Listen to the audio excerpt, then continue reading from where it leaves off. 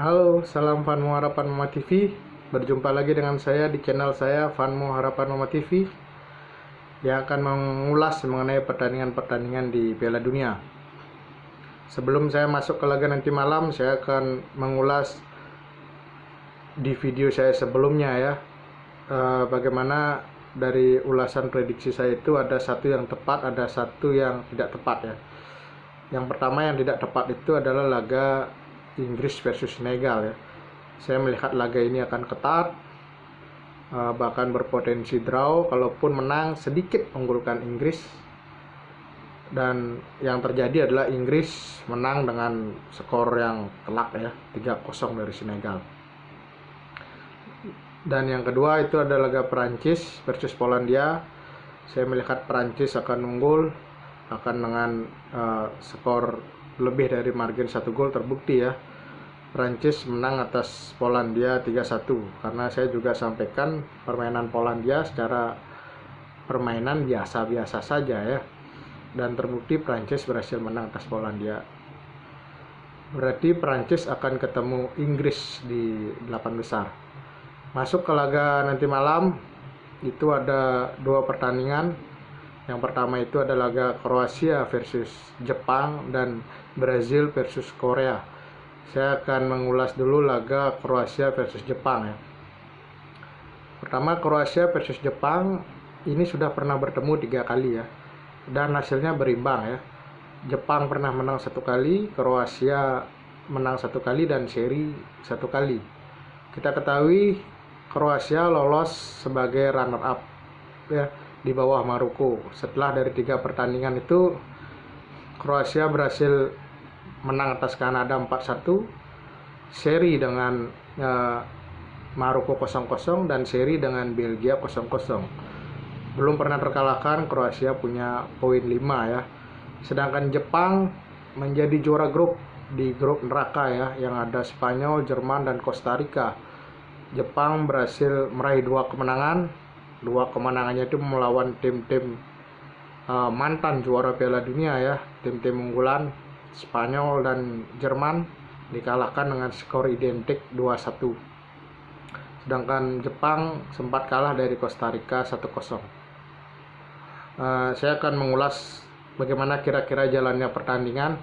Kita ketahui secara permainan, menurut saya Kroasia tidak tampil seperti 4 tahun yang lalu saat menjadi runner up ya. Itu tidak bisa kita pungkiri karena memang pemain-pemainnya sudah mulai berumur ya. Bagaimana Kroasia masih mengandalkan Modric yang 38 tahun untuk bermain kurang lebih 100 menit ya. Karena 90 menit plus injury time, yang rata-rata injury time-nya 5 menit, 6 menit, bahkan ada 9 menit ya. Mengandalkan pemain berusia 38 tahun untuk main kurang lebih 100 menit itu jelas berat ya, karena susah untuk mengikuti ritme ya. Modric itu kan dia posisinya di tengah, jadinya dia akan atur ritme kapan main cepat, kapan main lambat. Sedangkan dari sisi striker, jelas strikernya itu menurut saya untuk ukuran pemain dunia itu kelas 3 ya. Bagaimana kalau dulu Kroasia 2018 mengandalkan Mandzukic ya, Rebic yang main di klub-klub besar ya. Mandzukic sempat main di Juventus ya, Ante Rebic kan main untuk AC Milan ya. Sekarang mengandalkannya Kramaric, Livaja ya, yang mungkin secara kualitas individu tidak seperti seniornya di 2018. Itu menurut saya ya kekurangannya. Kalau kita lihat dari lini pertahanan, Kroasia masih bagus-bagus saja. Terbukti dari 3 pertandingan Kroasia baru kebobolan 1 gol ya, itu lewat Alfonso Davies pada saat detik ke-68 ya, lawan Kanada. Sisanya kan tidak kebobolan, itu terlepas dari adanya Gvardiol, back Leipzig yang rencananya ingin direkrut Chelsea, itu masih muda, berusia 23 tahun, didampingi oleh Dejan Lovren yang senior ya, sehingga ada perpaduan.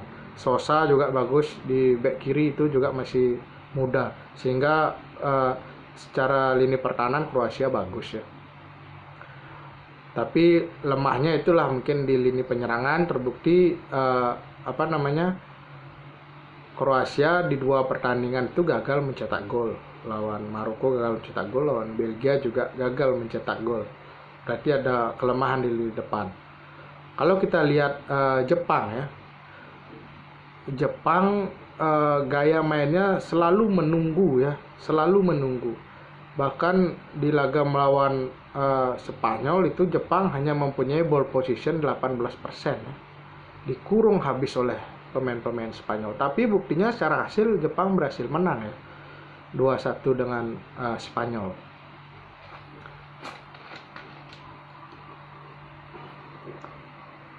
Makanya ini yang harus diwaspadai oleh Dalic, pelatih Kroasia ya. Bagaimana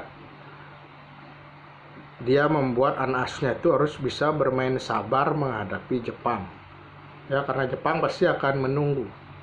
Jika ini bisa dilakukan dengan keunggulan pengalaman, ada potensi Kroasia akan bisa mengalahkan Jepang ya. Tapi jika pemain Kroasia bermain seperti pada saat menghadapi Belgia, bagaimana tertekan dan bagaimana tidak bisa menguasai pertandingan dan juga lemah dalam pemanfaatan peluang, ini bahaya ya ketemu Jepang. Karena Jepang yang saya lihat dari 3 pertandingan ini, di saat dia tidak diunggulkan, di sana keluar permainan Jepang ya. Bagaimana lawan Jerman, lawan Spanyol, terutama dalam efisiensi pemanfaatan peluang. Di saat Jepang tidak diunggulkan, tapi begitu diunggulkan lawan Costa Rica berubah ya. Bagaimana permainan yang penuh determinasi, pressing ketat itu tidak keluar pada saat lawan Costa Rica. Itu sehingga Jepang tidak bisa mencetak gol dan kalah dari Costa Rica. Makanya saya lihat laga ini potensi ketat dan berpotensi draw hingga perpanjangan waktu. Karena saya yakin Jepang pasti akan menunggu, sedangkan Kroasia kekurangan kreativitas. Karena di depan penyerang-penyerangnya itu secara kualitas masih di bawah senior-seniornya yang dulu, dan di tengah Modric yang sudah berumur 38 tahun ya. Itu saya melihat laga ini condong berakhir draw bahkan untuk perpanjangan waktu. Kalaupun ada pemenang mungkin ditentukan lewat bola-bola mati dan sedikit mengunggulkan Kroasia. Lalu masuk ke laga kedua, ada Brazil versus Korea Selatan ya. Brazil kita ketahui lolos sebagai juara grup, menang 2 kali atas Swiss, atas Serbia, dan di laga terakhir kalah dari Kamerun 1-0. Sedangkan Korea Selatan lolos sebagai runner up grup, itu dia menang dengan Portugal 2-1, lalu seri dengan Uruguay, dan kalah dari Ghana ya 3-2. Kalau kita lihat rekor pertemuan, ini sudah pernah bertemu 6 kali. Brazil menang 5 kali, Korea Selatan menang 1 kali ya. Di pertemuan terakhir persis 1 bulan sebelum Piala Dunia mereka bertemu, dan di laga itu Brazil menang 5-1 atas Korea Selatan. Richarlison cetak 2 gol, Neymar cetak 2 gol. Tapi itu hanya sebatas friendly match ya, laga persahabatan, tapi juga bisa jadi salah satu rujukan untuk melihat jalannya pertandingan malam nanti. Kita ketahui Brazil ada kabar bagus, Neymar sepertinya sudah bisa tampil. Dari tadi saya menonton berita wawancara Tite, kalau Neymar sudah ikut latihan dan kemungkinan besar akan tampil sebagai starter. Yang cedera Gabriel Jesus tidak bisa main dan dipastikan itu harus pemulihan 1 bulan ya. Lalu kalau kita lihat Korea, Kim Min Jae, bek asal Napoli, diragukan juga untuk tampil. Semoga nanti dia bisa tampil biar bisa membuat pertandingan ini jadi ketat ya. Kalau saya lihat Korea Selatan, saya sering memuji-muji Korea ya di video-video di sebelumnya ya, karena saya lihat secara permainan dari tim Asia yang tampil di Piala Dunia, menurut saya Korea Selatan yang paling bagus secara permainan. Karena apa? Dia berani melawan, berani coba melakukan 1-2 sentuhan ya, coba membangun serangan dari bawah, berani melakukan pressing bahkan di daerah pertahanan lawan ya.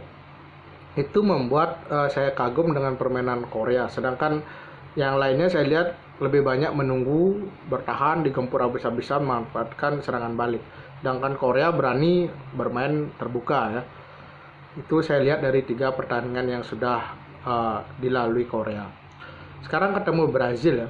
Jika Korea bermain sama seperti di babak penyisian, khususnya seperti pada saat melawan Ghana dan Portugal, saya kira Korea akan habis oleh Brazil ya. Karena Brazil sangat menyukai tim-tim yang bermain terbuka. Dengan keunggulan skill individu, jika sampai itu one on one, mudah mungkin bagi Richarlison, bagi Neymar, bagi Rafinha, bagi Martinelli untuk melewati pemain Korea kalau 1 lawan 1 ya. Makanya saya melihat yang harus dilakukan oleh Paulo Bento, pelatih Korea ini adalah bermain serapat mungkin, menutup pergerakan pemain-pemain Brasil untuk bermain compact defense ya. Yang paling bagus itu adalah bermain zona marking, jangan main man to man. Kalau main man to man habis ya. Kita ketahui Brazil punya skill jago Bonito yang bagus. Ini harus Korea harus bermain menunggu seperti layaknya pada saat ketemu Uruguay di laga pertama ya. Menunggu karena Uruguay tidak punya kreativitas, jadinya Korea bisa memanfaatkan celah-celah dari permainan Uruguay. Apalagi Uruguay dengan Brazil kan sama-sama Amerika Latin, cuma secara kualitas pemain jelas Brazil lebih unggul daripada pemain Uruguay. Makanya Korea harus bisa menunggu. Yang jadi masalah jika sampai Brazil mencetak gol di babak pertama, saya melihat laga ini akan berakhir seperti Prancis versus Polandia ya, skornya akan besar. Makanya hitung-hitungannya kuncinya adalah seberapa lama Korea bisa menahan Brazil untuk mencetak gol. Jika sampai menit 70 skornya masih 0-0 deadlock, saya melihat laga ini ada potensi untuk berakhir ke perpanjangan waktu. Tapi jika babak pertama sudah terjadi gol, apalagi yang kalau golnya Korea, saya melihat itu kan skornya pasti akan permainan semakin terbuka. Tapi kalau Brazil belum cetak gol, saya melihat laga ini akan jadi milik Brazil sepenuhnya, bahkan dengan jumlah gol yang besar. Itu saja yang dapat saya sampaikan. Jangan lupa subscribe Fanmu Harapan Mama TV. Salam olahraga.